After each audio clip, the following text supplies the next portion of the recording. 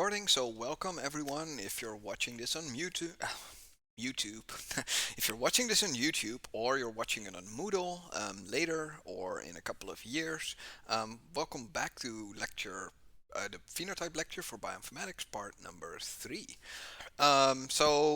We looked a little bit at the IMPC database. So it's a really great database if you have a favorite gene or if you are going to study in a group which is interested in a specific gene.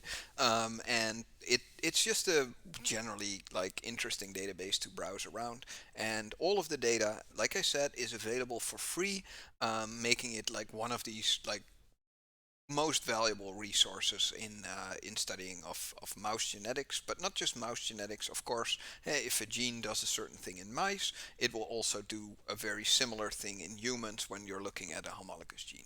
So I told you guys that my favorite gene is BBS7 because that's the gene that we're studying the most. So just a quick overview.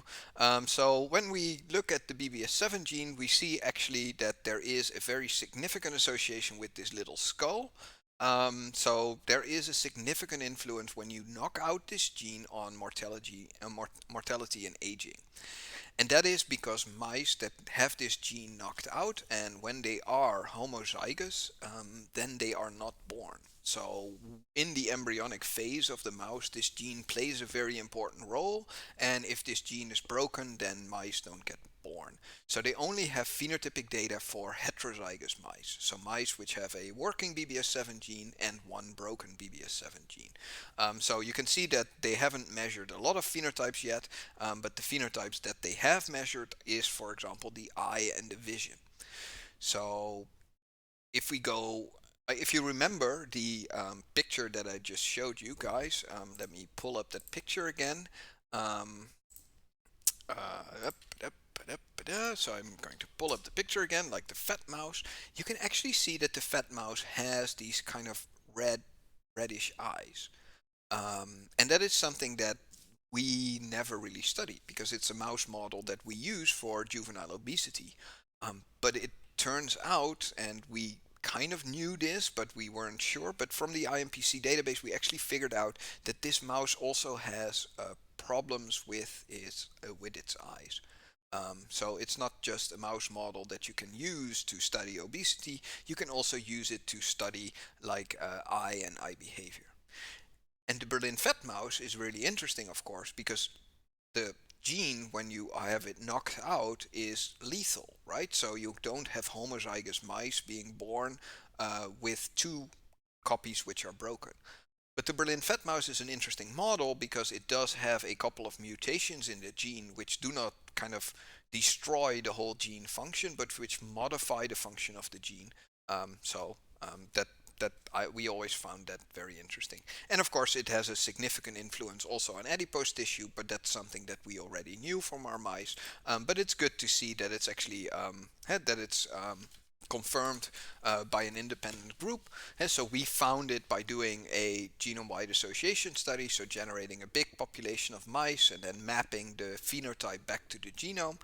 We discovered this gene, and of course the IMPC did it the other way around. They just knocked out the gene and then they saw, oh, these mice have abnormal lens morphology, but they also have an abnormal fat mass in their body. Okay, so that's all what I wanted to say about the IMPC. There will be a lecture, or there will be an assignment today about the IMPC database where I will just ask you some questions like look up this gene and what does it do, and just to get you guys a little bit familiar with browsing through the database and seeing what all of the different buttons do. All right, let me close the Firefox again and next database. So the next database is the Mendelian inheritance in men. So this is a massive database. The updated October 20th, 2014. I would just ignore that because like by now we've more or less discovered all of the Mendelian phenotypes in humans that there are. So the database doesn't get updated a lot, but there are a lot of Mendelian diseases in humans or Mendelian traits in humans. So The database describes itself as a comprehensive, authoritative compendium of human genes and genetic phenotypes that is freely available, updated daily. Kind of. And the nice thing is that it provides full text, reference overview, and it contains information on all known Mendelian disorders and over 12,000 genes. And so OMIM focuses on the relationship between phenotypes on the one hand and genetics on the other hand. So if you're interested in a Mendelian trait and you want to know, okay, so is this on chromosome 10 or is it on chromosome 12, then OMIM can tell you. But it is really one of these starting points. So if you start doing a PhD project, right, and in the PhD project they study earwax, then you first thing you can do is go to OMIM and look up everything which has been published in the last 40 years about earwax and about the genes involved and who did which studies and which papers you should read. So it's a really good database for these kinds of investigatory research at the beginning of a PhD project. So let's just quickly look at it. No, I don't want to donate. Let me show you the Firefox again. So it actually was updated like very recently. The pictures are a relatively old picture. So again, it's just a single search box, so you can just fill in what you're interested in. So again, what is your favorite Mendelian disease or your favorite Mendelian thing for you guys? Like, yeah, I can search for something like obesity again, but it would be interesting to have a suggestion by you guys so that we can look at something like that. If not, then we will just search for, well, obesity is not a Mendelian disease, so let's search for a Mendelian disease. So let's just search for earwax, right? Because that was one of the examples. So when we search for earwax, it says here that there is the ATP binding cassette or ABCC11 gene which has been implicated. We see that there's an apocrine gland secretion variation in, and there's a kinase dyskinesia. I can't pronounce that word. But if we go here, right, then it says that the alternative symbols are wet, dry, earwax, and this is a variation in this secretory pathway, which makes it that it's interesting, or not so much that it's interesting, but that makes that it's so it has to do with secretion of fluid in the ear, which protects the ear. We can see that the phenotype-genotype relationship is here located on 16q12.1. So that is chromosome 16. The gene which is causing the difference between wet and dry earwax is called ABCC11, and the inheritance is AD, so autosomal dominant. So if you get the dry, or if you get one of the two copies, so the dry or the wet, then that will dominate over the other copy. There's some basic text, right, where it is located, and then here are the clinical features, right? So hey, you see that it starts in 1962 with an observation by Matsunaga. Then there's a paper published in 1967, and it just gives you a whole historical overview of what was studied for this gene, more or less. It gives you the mapping, right? So how did they figure out where it was located? So they did that by microsatellite markers, and then they fine mapped it to this region, and then they just go down. Then there's a part which tells you the molecular genetics. So how do variations in this gene affect the earwax, if it's dry or if it's wet?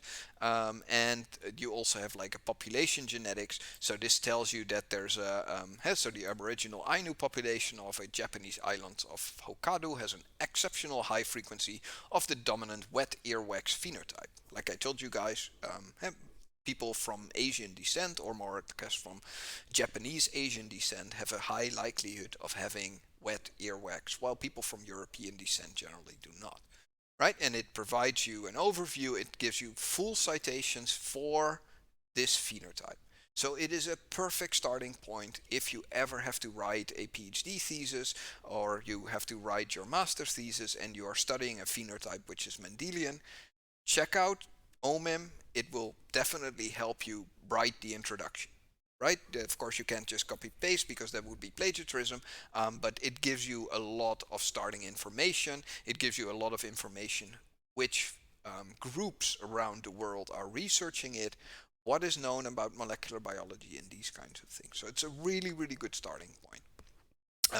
If you have a favorite Mendelian phenotype, like the phenylthioethylamide one that I generally try to kind of promote because I like Brussels sprouts a lot, because I like the bitter taste. I love coffee as well.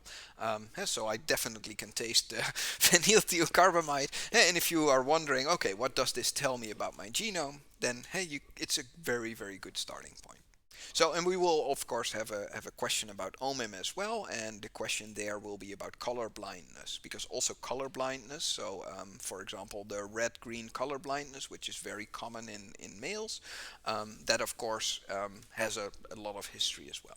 So it's one of these databases which is just perfect for an initial cursory glance at what is known, and it provides literally data which are citations which go back to like the 1960s, so you can really drill down and get a good overview of everything that's known about a certain Mendelian phenotype. All right, so OMIM. Genenetwork. I actually dropped the Gen2Fen database. I think that, like I mentioned, the Gen2Fen on the overview, right? And it's as a link, and we can look at it if you want. But I think that the Genenetwork database is a little bit more interesting because I actually worked on it in the past. So I contributed code and other things to this database, and it's just a generally nice group of programmers to work with. This is the old version. This is Genenetwork 1. Currently, we also have a Genenetwork 2, which is kind of a newer version, which is brought into the 21st century. Right? The old database was built in 1980 something. So it's one of the older databases in molecular biology, containing data, phenotype data on different mouse strains. So they describe themselves as saying it's a group of linked dataset and tools to study complex networks of gene molecules and higher order gene function and phenotypes.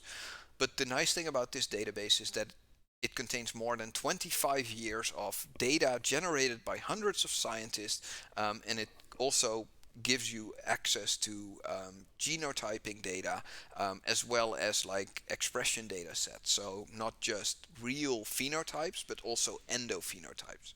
I never got back to the endophenotype. So in the old days, like up until like 40 years ago, when we talk about phenotypes, we meant phenotypes that were observable from the outside.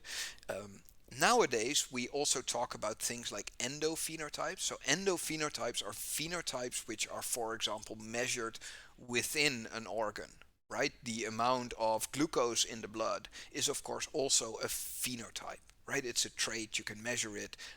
So, it's not just, but generally, phenotypes, the word is reserved for classical phenotypes, things that you can observe from the outside, while endophenotypes generally are phenotypes which are internally, inside the body or inside an organ or even inside a cell.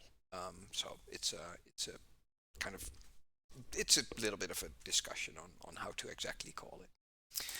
All right, so let's take a look at Genenetwork. I'm hoping it's not down because that happens a lot because it's yeah, it shouldn't be down. No, it's up, so that's good. All right, so this is how the new version of Genenetwork looks, and so the nice thing is that it does not provide only information on mouse. If you click here, you can see that there's also information on humans, on rats, on monkeys, Drosophila, barley, Arabidopsis, poplar, which is a type of tree, soybeans, tomatoes, and Orygia latipedes, which is Japanese Meidaka. I have no idea what that is, but so anyone is free to contribute data to Genenetwork. And the nice thing about it is that, well, not the nice thing, but a lot of times when you are measuring phenotype data or when you're measuring genetic data, journals, upon publication of your article, will ask you to make the data publicly available, right? So that people can redo your work and that you can have reproducible research. And Genenetwork is one of these databases which is very open to accepting data. Even if you collected a couple of gigabytes of data, they will say, we will host it for you, no problem. And they will just add your species to it. Of course, originally it was for the mouse geneticist community, so there's a lot of mouse data in there. And the way that it's structured is that it goes by species, and then you can select your group. So your group, when you click on the group here, oh, you can't see the drop down thing. That is annoying. Why does it not capture? Let me see if I can fix that for you guys so that it will also capture the box. No, it will not. Alright, so then you have to go to the database yourself and click on it. But if you click on the group, you can see that it has different types of reference populations in there. And the BXD dataset is probably the biggest dataset that they have. So the BXD is the black 6, the reference mouse that I showed you guys, crossed with a DBA mouse. So DBA is just another mouse which has been in laboratories for almost 50 years. So it's an inbred mouse. That means that the children of the mice are the same. So it's kind of a clone. And that is done by inbreeding.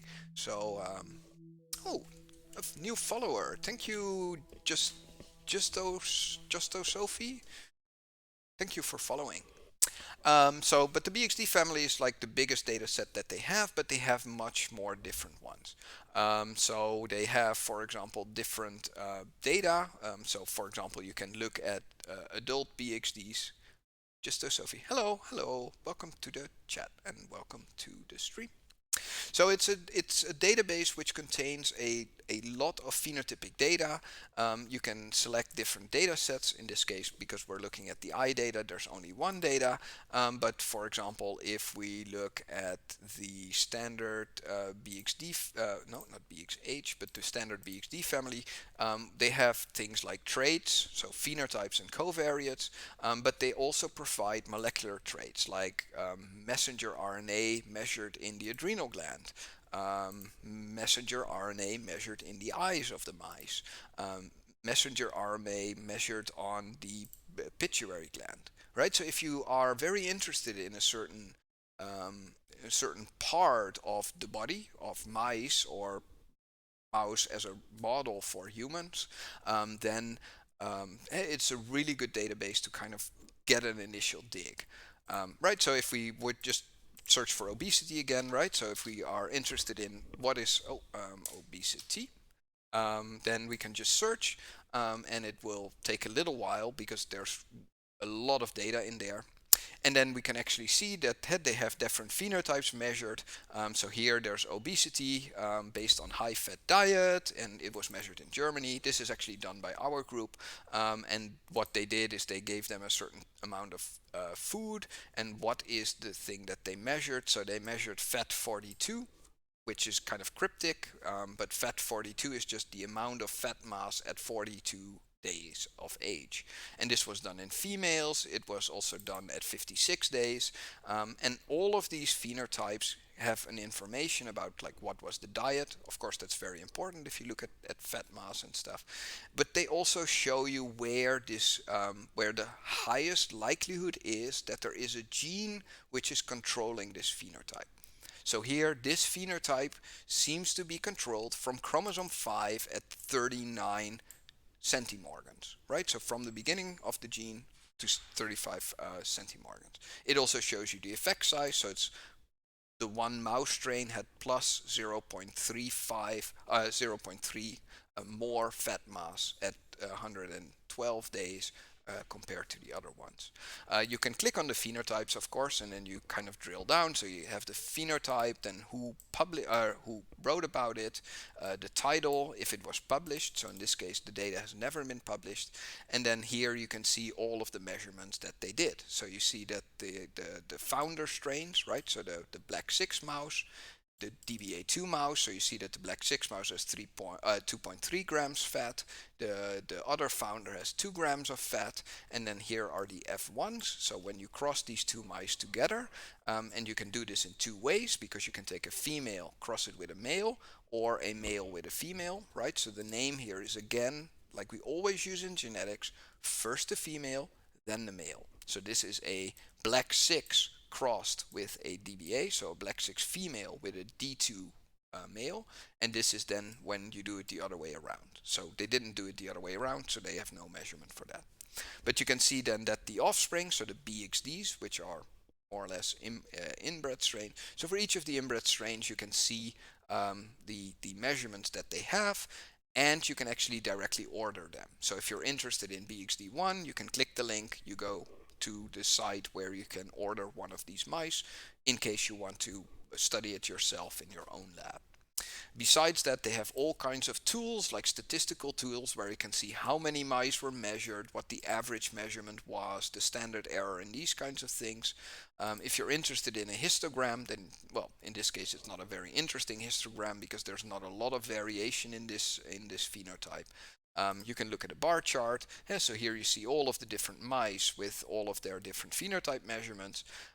You can have a probability plot to see if it's a normal distribution. So there seems to be kind of an outlier here, and this one is also.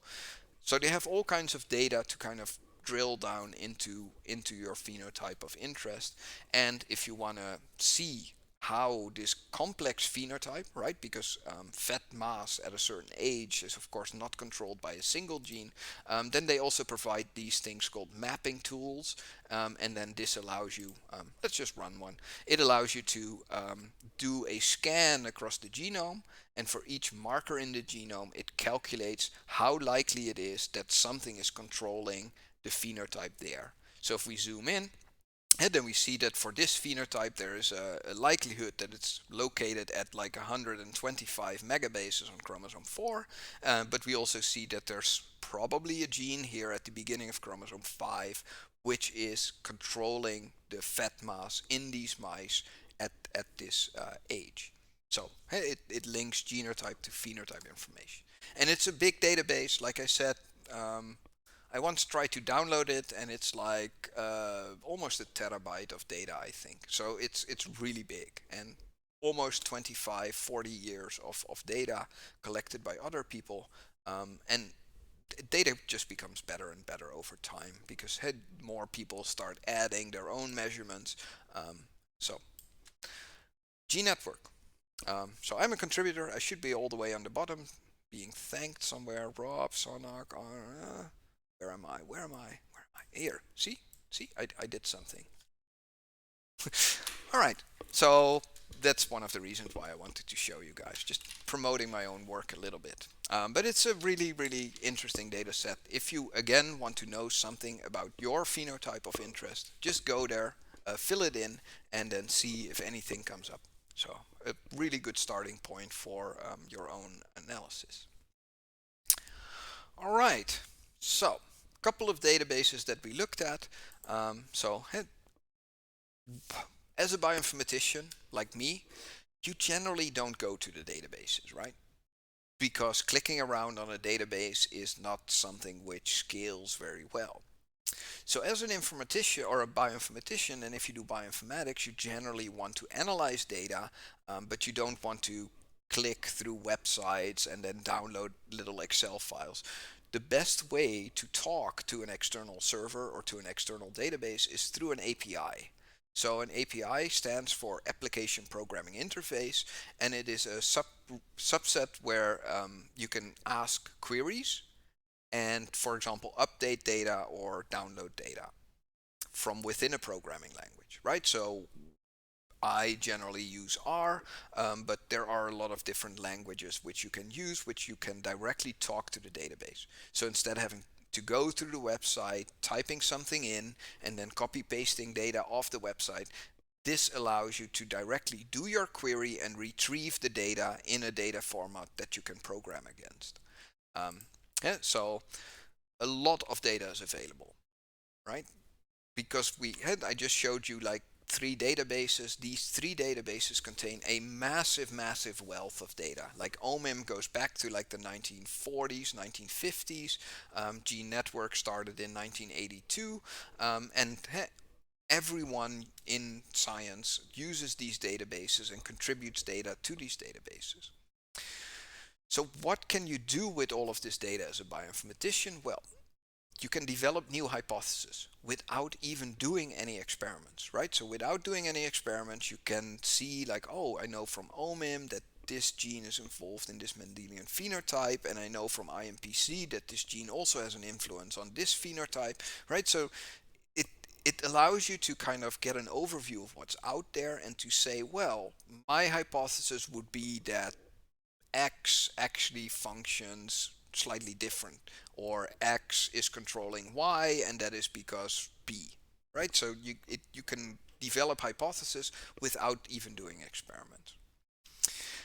Another thing why you want to use databases is because of reproducible research, right? In the end, you are here to become a scientist, right? And science means doing experiments, but also writing down exactly what you did. Like documentation is important. And why is it important?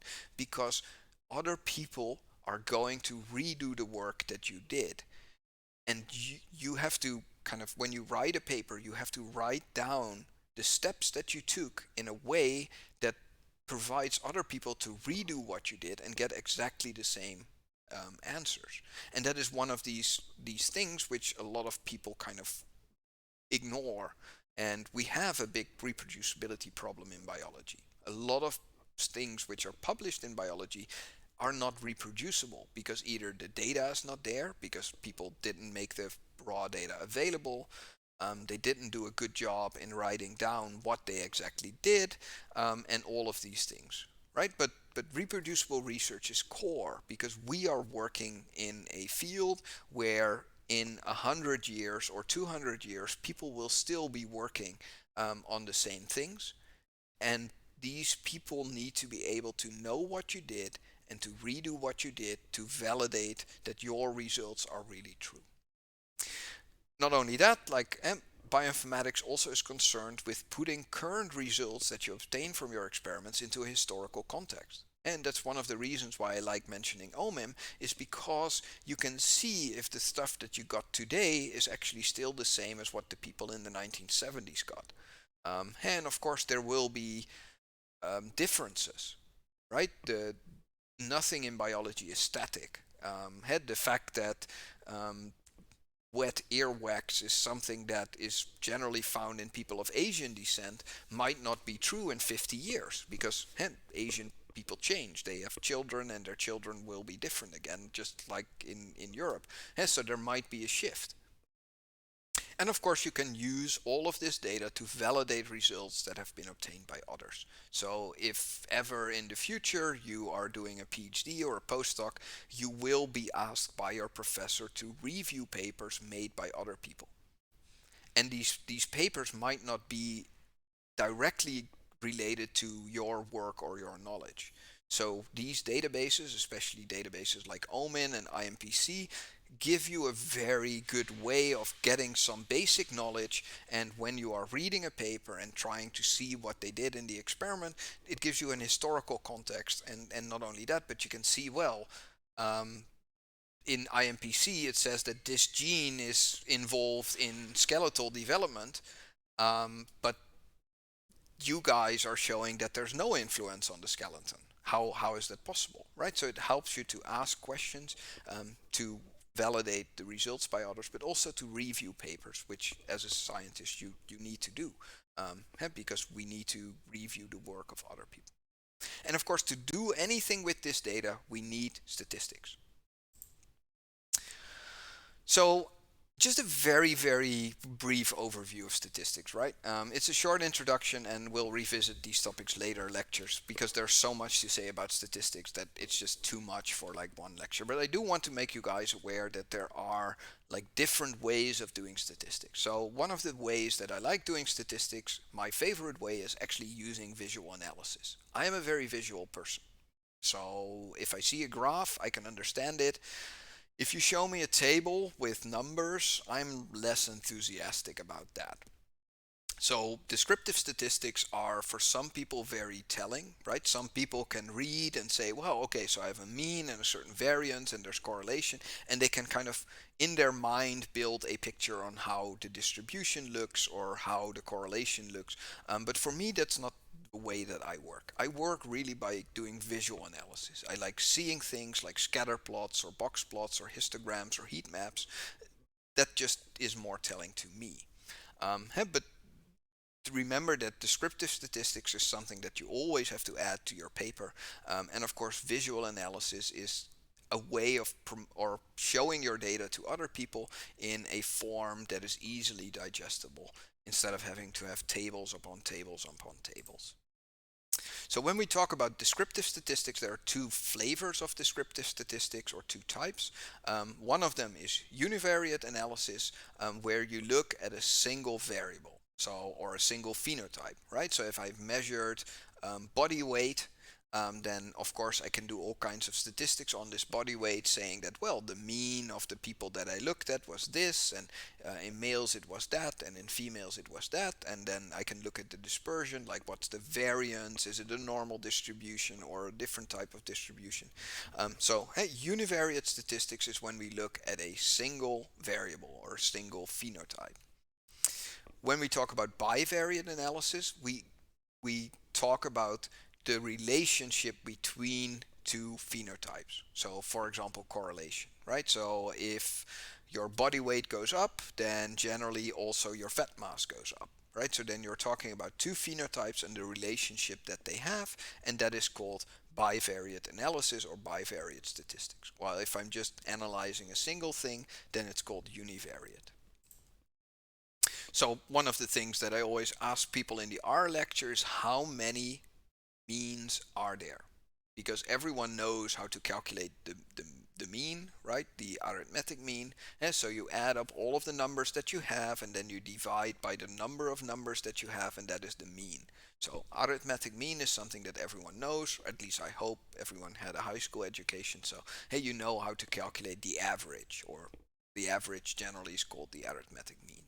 But of course that's not the only type of mean there is. There are three or four different types. So you have the harmonic mean, the subcontrary mean, and those are all different ways of calculating the average. So when people write the average is 15, then you always have to think you always have to wonder, like, did they calculate the arithmetic mean, or is this the subcontrary mean or the harmonic mean? But the mean, of course, is a univariate statistic because you're only looking at a single thing, body weight. You have 100 measures and you calculate the average body weight. The median, I think that everyone knows what a median is, but I'm just going to discuss it as well. So it's the numerical value separating the higher half of the data samples from the lower half. The median of a finite list of numbers can be found by arranging all the observations from lowest value to highest value and picking the middle one. So that's the definition of the median. Of course, you can have slight differences in how you calculate the median as well. But again, a univariate statistic. And in this case, which one of the two you present is very dependent on the distribution of your data, right? When we talk about average income, then average income is generally not represented very well by the arithmetic mean, because some people make millions and millions, and then there's a big group of people who earns between like 20,000 euros to like 120,000 euros, right? So if you would calculate the arithmetic mean, then these few people who have only so these few people earning a couple of million will pull the average up because they are outliers. And then if you talk about income in a population, then the median is generally considered a more accurate measurement. So depending on distribution, it is sometimes better to show the arithmetic mean, sometimes it's better to show the median. So variance, we use it's the way that numbers are spread out across a range of measurements, right? So it's kind of when you have a normal distribution, the variance tells you how wide the distribution is. So a variance of 0 means that all the values that you measured are identical. And remember that variance is always non-negative, right? So variance is always positive, and small numbers. So if the variance is 0.0001, that means that all of the data points are very close to the mean. Well, if your variance is big, then you have a very wide distribution. So variance is a univariate statistic to kind of show what the distribution of your data is. When we talk about bivariate statistics, right, you talk about things like correlation, and correlation is a measurement of dependence between two variables, right? So if one variable goes up, what does the other one do, right? So if the weather is getting warmer and warmer and warmer, what happens to the sale of ice cream? If the body weight of a cow goes up, what happens with the milk yield? So these kinds of measurements, right, where you are looking to see the dependence. So what happens when one variable increases? Does the other one increase or decrease as well? So and that is correlation. And a lot of people say actually that correlation is not causation. That is true.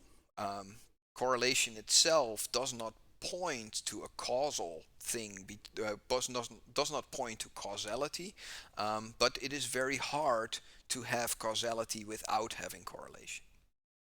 And a lot of people say, well, correlation is kind of useless, but I love correlation. Big part of my PhD thesis was investigating correlation and measuring correlations. I still have a half-finished paper somewhere on my hard drive, which is about some work that we did to calculate large-scale correlations. So correlations, in my mind, are very useful. And why are they useful? Because you can use this dependence between two things to have a predictive relationship which you can exploit, right? If you know that the price of ice cream will rise when the temperature goes up, then you can use this knowledge to buy ice cream before the temperature start rising, right? Or you can, if you know that on Monday stock prices are higher because of a certain effect, and then you can buy stocks on Friday and sell them on Monday. Because this correlation, of course, there's no causal relationship between it being Monday and the stock price being higher, but still, you can exploit this. So if you know that two things are correlated, you can generally find a way to exploit this dependence between two measured values that you have. So I wanted to run through a quick example of Arabian horses. Just for you guys to see how I generally analyze data, or when I look at data, what do I do? So we have physical measurements on Arabian horses. So in this case, we're looking at 3 different subtypes of Arabian horses called Kalawi, Saklawi, and Hamdani. So they're just different types. And here we just explore first the phenotypes, and we want to look for outliers and for relationships between them. Right, so the first thing that I do is actually, oh, this is very bad. This is not white. Let me actually fix this slide very, very quickly for you guys so that you can actually look at what we're looking at. So this one here, we have the body length, and just make this guy white for you guys because otherwise you can't read this. All right, so let's continue.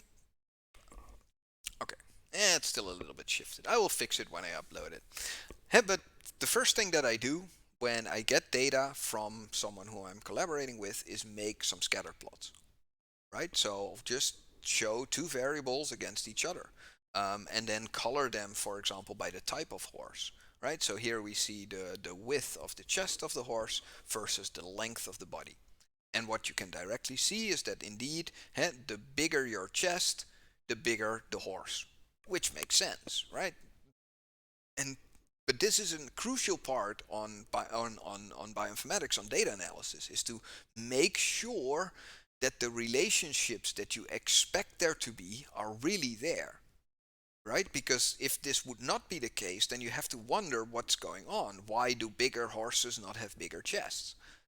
And that, so it allows you to kind of you look at data, you just plot different things against each other. And so I also looked at the body length versus the neck girth, and then you see that that's not really there. Right? You see that there are some animals here, but here there's a kind of a circle. There doesn't seem to be a correlation between the girth of your neck and the length of your body. And that is also explainable, right? Because when you think about grown horses, then the body length itself is not directly saying something about your neck, but it is saying something about your chest, right? Because the bigger you are, the more oxygen you use, so the bigger the chest you have. And of course, I color them by the different types of horses to see if there's any clustering. If some horses are bigger on average than other horses.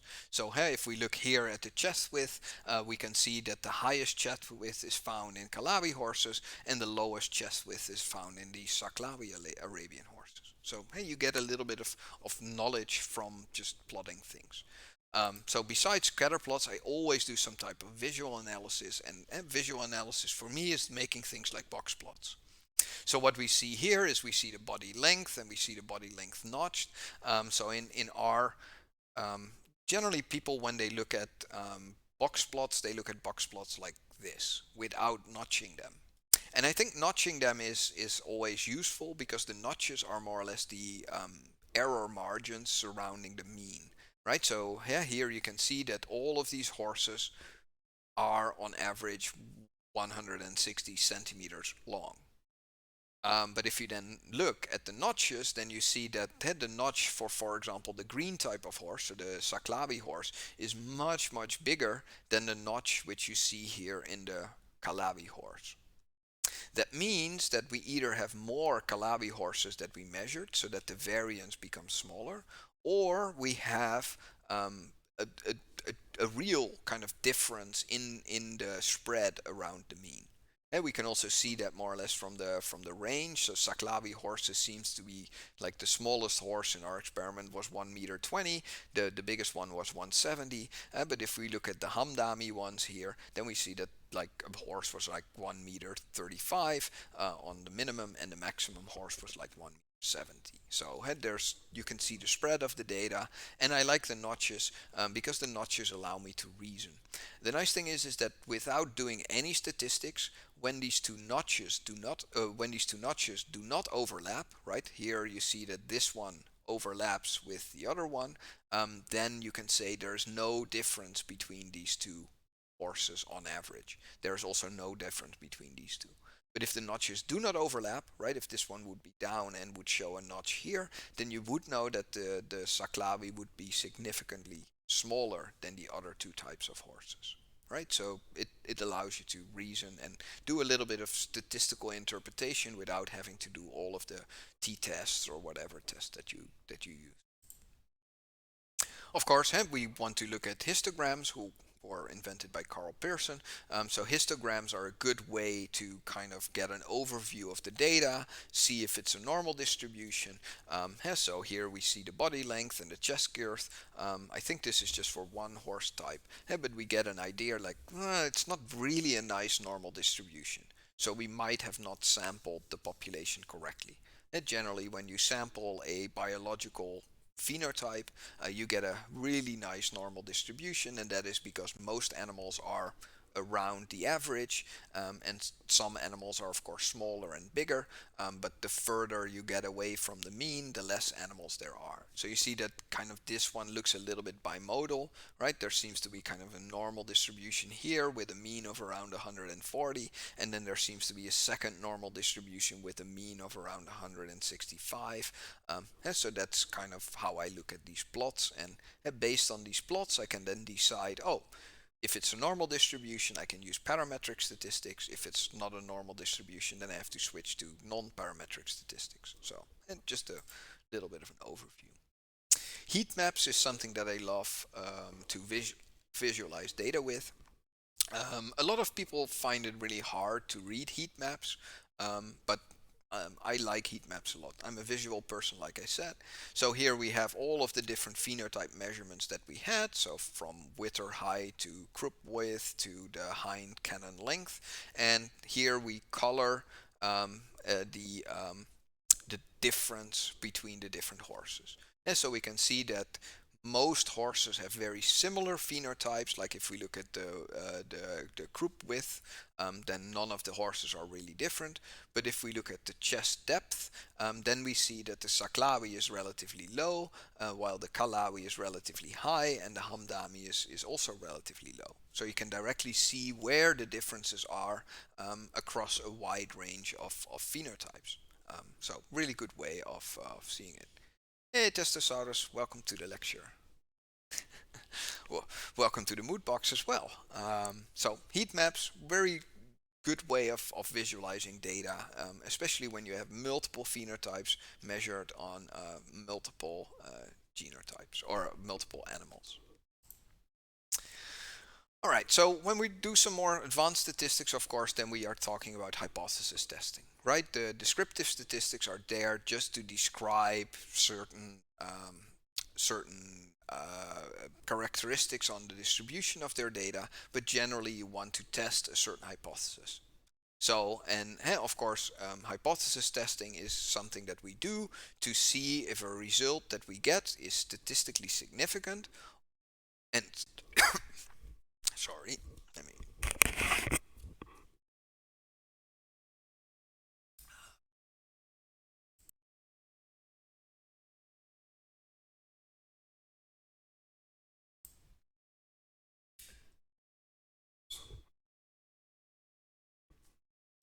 And so let me do that. Sorry. I'm sorry, Testosaurus. It was you appearing that made me all of a sudden like cough up. All right, so but when we talk about hypothesis testing, then we want to see if a result is significantly different, right? And significantly different means that it it is not based on a random chance, right? Because if we take 100 people from there and we take 100 people from there, then of course there is a certain chance that we will get something which is different. And there's many different ways to do hypothesis testing. The easiest way is to just do a t-test, but you can also do like ANOVAs or other linear modeling techniques. And of course, you can also use machine learning. And all of these things will come back in future lectures, so don't worry. I just don't have a lecture about machine learning. So if someone is listening and says, I really want to have a lecture about machine learning, remember there's 2 lectures which are more or less free for you guys to choose. So if someone is really interested in learning a little bit about machine learning, then I can just make a lecture about that. But we will come back to t-test. We will come back to ANOVA.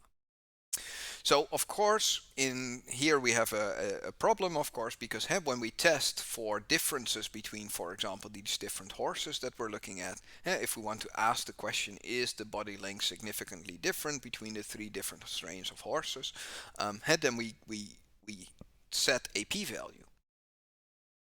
So we say that if the p-value of the statistical test is below a certain value, we say that it is significantly different. And in biology, this p-value is set to 1 in 20. Right? So if the observed difference is significant, if it happens 1 in 20 times by chance. Right? So that would mean that if we would say, well, gravity, and biology is very bad because we have a very lax threshold. So hey, if you would take a stone and you would drop it, like you would just release it, and this stone would drop to the ground 19 times, and one time it would fly up into space, then we as biologists would still conclude gravity is real and gravity always exists. Right? So 1 in 20 is not that uncommon. Because like for gravity, of course, if you drop a stone 20 times and 1 time it flies into space, then you would seriously start doubting gravity if it really exists. But we have our p-value and that's what we agree on. Of course, when we start testing multiple things, then of course we have to adjust our threshold to make sure that we don't make more mistakes than what we normally would do. So we do multiple tests in our case. So we test the first horse versus the second, wait, this is wrong. So this, no, first horse versus the second, first horse versus the third one, and the second one versus the third one, right? So in this case, we need to preserve our 1 in 20 threshold. So we have to correct for the number of tests that we do. And we do that just using Bonferroni correction. So what we say is that, well, our p-value that is significant should now be below 0.05 divided by 3. Why 3? Because we do 3 tests.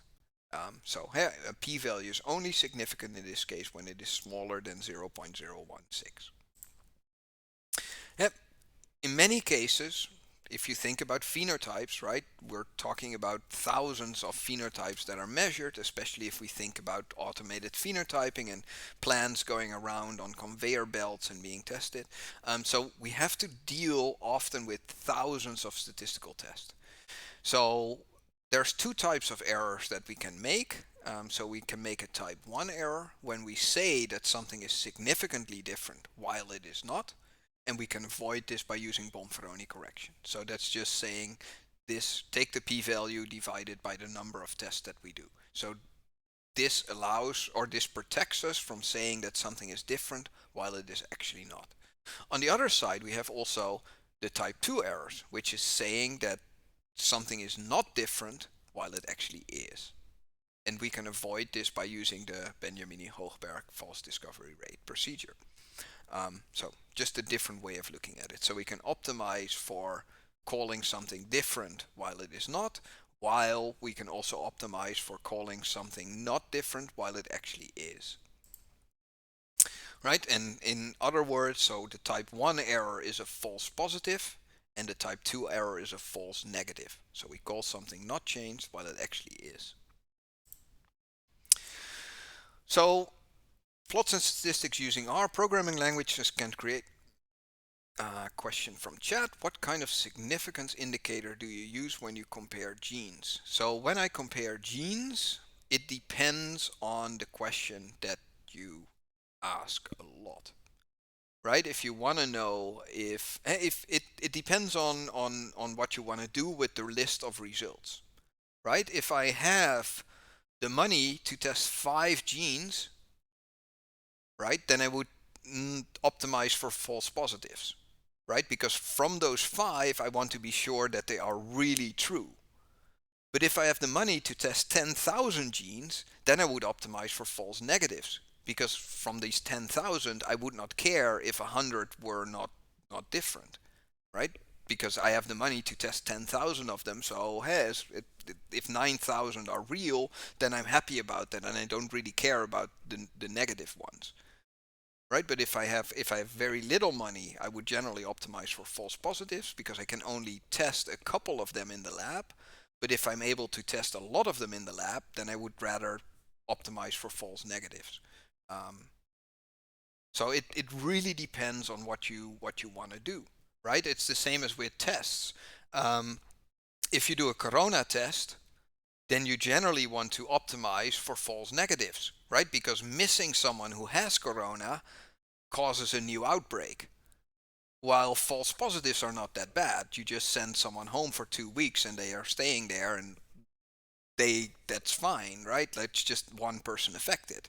But if missing someone with corona might infect another 100 people and the pandemic just continues, right? So it really depends on what your goal is. On the other hand, if you think about HIV, you want to optimize for the other way around, right? Because in a way, missing someone with HIV is bad, but telling someone that they have HIV while they actually don't is also bad, right? You don't want to have people start writing their will and saying goodbye to all of their children, and so it really depends on what the goal is and what you want to do with it. So sometimes you want to optimize for false positives, sometimes you want to optimize for false negatives. So testosaurus, if you have a very specific example, then I could answer that, but in general it really depends on what the consequences are of allowing a false positive or allowing a false negative. And these consequences can be very different in very different circumstances. That's enough. Thank you. You're welcome. It's 4:07. I think we have to do a short break. I have 5 slides left. We could continue. I do want to have a break because I want to cough a little bit. And this is just some promotion for myself, right? So learn how to program. Like you're in a bioinformatics course, and trust me, bioinformatics is only possible when you learn at least one programming language. You you you can't really be a bioinformatician if you can't handle a large amount of data. Um, so I teach an R programming introduction course in the summer semester, so you're more than welcome to join that if you want to learn how to program. Um, and so statistics are hard, and even I um, talk to other people who are statisticians to kind of make sure that what I'm doing is correct. And no one actually knows exactly what is correct. Statistics is a broad field, it's a difficult field. There are people who have opposite opinions. Like the false positive, false negative thing. Some people say, no, you should always optimize for false positives, right? To make as less or make the false positives as small as possible. While other people just zealously believe in always optimizing for false negatives. So it really depends. But we're going to do a short break. I think there were also some questions about the assignments from last week. So I really want to give people the opportunity to ask some questions about that too. Like I said, I have 5 slides left, which is actually 4 slides plus the question slide. But I didn't prepare a break. Oh, that's so bad. That is so bad. I didn't prepare a third break for you guys. Okay, let me do that directly then. So I will stop the